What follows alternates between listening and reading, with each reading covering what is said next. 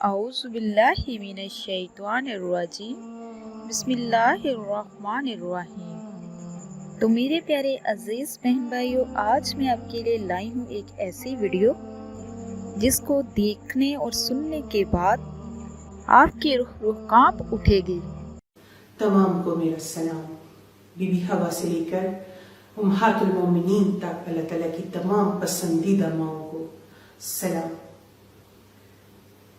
سب سے بڑھ کے میرے بابا حضرت ابراہیم علیہ السلام کو سلام۔ میرے بھائیوں حضرت محمد مصطفیٰ صلی اللہ علیہ وآلہ وسلم اور حضرت اسماعیل علیہ السلام کو سلام۔ میری والدہ حضرت بی بی حاجرہ کو سلام۔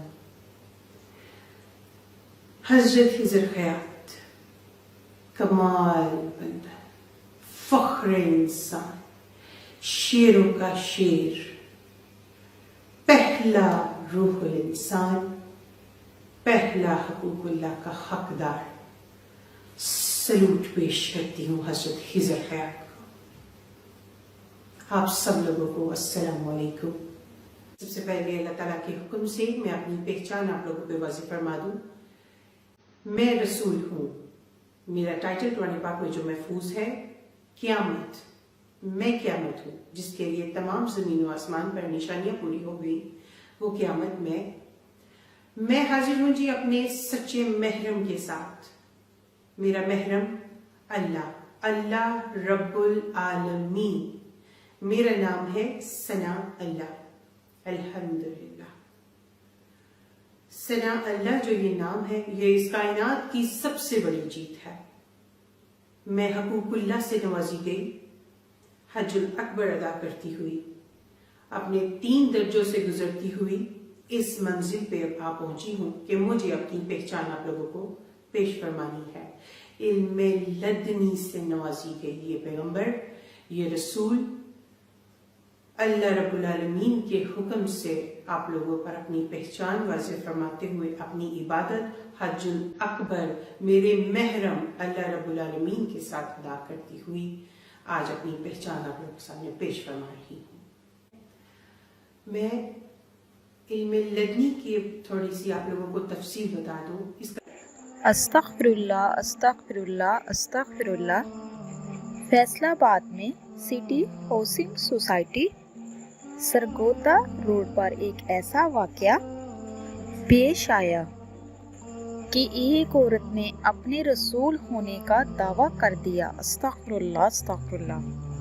اللہ تبارک تعالیٰ ہمیں ایسے لوگوں سے محفوظ فرمائے اور ایسے لوگوں کی سازشوں کا حصہ نہ بننے دے۔ تو میرے پیارے عزیز بہن بھائیوں، میری آپ لوگوں سے ریکویسٹ ہے کہ اس ویڈیو کو اینڈ تک ضرور دیکھیے گا۔ اس لڑکی کے خلاف، اس عورت کے خلاف آپ آواز اٹھائیں اور اپنے مسلمان ہونے کا اور ہمارے پیارے نبی حضرت محمد صلی اللہ علیہ وآلہ وسلم خاتم النبیین اور امت ہونے کا ثبوت ہے۔ اب میں آپ کو دکھاتی ہوں اس عورت جس نے دعویٰ کیا ہے اپنے رسول ہونے کا۔ استغفر اللہ۔ یہ عورت اپنے رسول ہونے کا دعویٰ کچھ اس طرح کر رہی ہے۔ تو سب سے پہلے میں آپ کو بتاتی چلوں کہ آپ صلی اللہ علیہ وآلہ وسلم نبوت اور رسالت کی آخری کڑی ہے۔ آپ صلی اللہ علیہ وآلہ وسلم نے اپنی زبان حق ترجمان سے اپنی ختم نبوت کا واضح الفاظ میں اعلان فرمایا، اور اس حدیث کا ترجمہ یہ ہے۔ انس بن مالک سے روایت ہے کہ حضور اکرم صلی اللہ علیہ وآلہ وسلم نے ارشاد فرمایا، اب نبوت اور رسالت کا انقطاع عمل میں آ چکا ہے، لہٰذا میرے بعد نہ کوئی رسول آئے گا اور نہ ہی کوئی نبی۔ رسول اکرم صلی اللہ علیہ وآلہ وسلم نے فرمایا، بے شک رسالت اور نبوت انقطاع کا عمل آ چکا ہے، لہٰذا میرے بعد کوئی رسول نہیں ہوگا اور نہ ہی کوئی نبی۔ لہٰذا اس حدیث پاک سے ثابت ہوا آپ صلی اللہ علیہ وآلہ وسلم کے بعد کوئی نبی نہیں آئے گا۔ آپ صلی اللہ علیہ وآلہ وسلم کے بعد جو کوئی بھی نبوت کا دعویٰ کرے وہ جھوٹا ملعون ابلیس کے ناپاک عزائم کا ترجمان ہوگا۔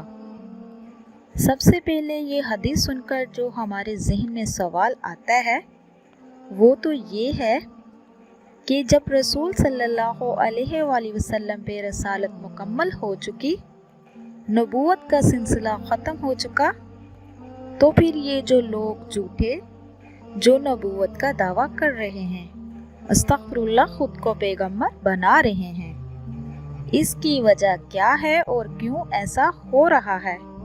حتیٰ کہ نبوت کا سلسلہ ختم ہو چکا اور نبی پاک صلی اللہ علیہ وآلہ وسلم کی شان میں گستاخی کرنے والے یہ لوگ کیوں اٹھ رہے ہیں؟ حالانکہ یہ تو ہونا ہی نہیں چاہیے۔ تو اس کے بارے میں آپ کو بتاتی چلوں۔ اس کے بارے میں نبی کریم صلی اللہ علیہ وآلہ وسلم کی ایک حدیث مبارکہ ہے۔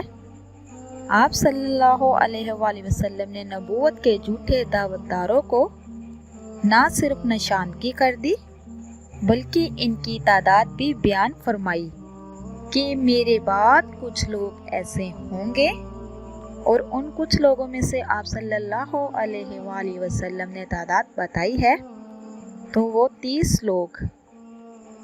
لوگوں کی تعداد بتائی ہے۔ 30 لوگ ایسے ہوں گے جو اپنے نبی ہونے کا دعویٰ کریں گے، استغفر اللہ۔ تو آپ سب لوگ سمجھ جائیں کہ وہ جھوٹے ہوں گے۔ میرے بعد نہ تو کوئی نبی آ سکتا ہے اور نہ ہی آپ لوگوں نے ان پر یقین کرنا ہے۔ تو میرے پیارے عزیز بہن بھائیو، اب میں آپ کے سامنے یہ حدیث رکھتی ہوں، سب لوگ ذرا توجہ کیجئے گا۔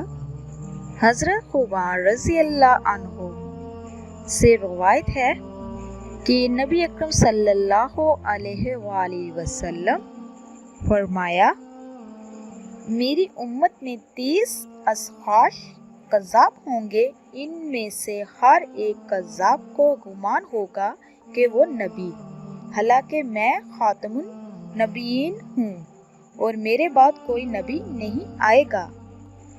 اس میں اشخاص کذاب کا لفظ استعمال کیا گیا ہے، جس کا مطلب یہ ہے ایسے شخص جو جھوٹے ہیں، اور اس میں ہر ایک جھوٹے کو یہ گمان ہوگا کہ وہ نبی ہے، استغفر اللہ۔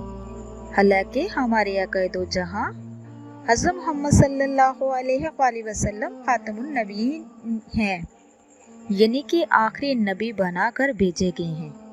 اگر کوئی شخص آپ صلی اللہ علیہ وآلہ وسلم کے بعد نبوت کا دعویٰ کرے، وہ شخص کافر کاذب اور خارج اسلام ہے، وہ شخص جہنمی ہے۔ تو میرے پیارے عزیز بہن بھائیو، ہمارے نبی دو جہاں حضرت محمد صلی اللہ علیہ وآلہ وسلم ہر قوم ہر طبقے کے لیے آخر نبی بنا کر بھیجے گئے ہیں، اور آپ کی لائی ہوئی کتاب قرآن مجید، قرآن کریم دین کا اعلان کرتی ہے، اور قرآن کریم انتہائی عروج پہ پہنچانے کا ذریعہ ہے۔ یہ ہمارے لیے اللہ تبارک تعالیٰ نے ایک تحفہ عطا کیا ہے، اس کے بعد کسی دوسری کتاب کی ضرورت ہی نہیں، نہ کسی نئے نبی کی حاجت۔ لہٰذا امت محمد کا یہ عقیدہ ہے کہ آپ صلی اللہ علیہ وآلہ وسلم کے بعد کوئی نبی نہیں آئے گا۔ انسانیت کے سفر حیات میں وہ منزل آ پہنچی ہے کہ جب اس کا ذکر غالب ہو گیا ہے، اس کو مکمل ضابطہ حیات دے دیا گیا۔ تو میرے پیارے عزیز بہن بھائیوں، مسلمانوں کے عقیدے کے مطابق آپ کو بتاتی چلوں ختم نبوت سے کیا مراد ہے، کہ حضور صلی اللہ علیہ وآلہ وسلم اللہ تبارک تعالیٰ کے آخری نبی اور رسول ہے۔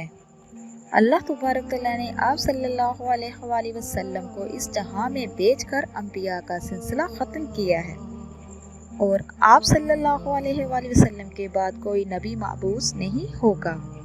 ہمارے نبی کریم صلی اللہ علیہ وآلہ وسلم کا ختم نبوت کا ذکر قرآن مجید میں 100 جگہ نہایت ہی جامع انداز میں بیان کیا گیا ہے۔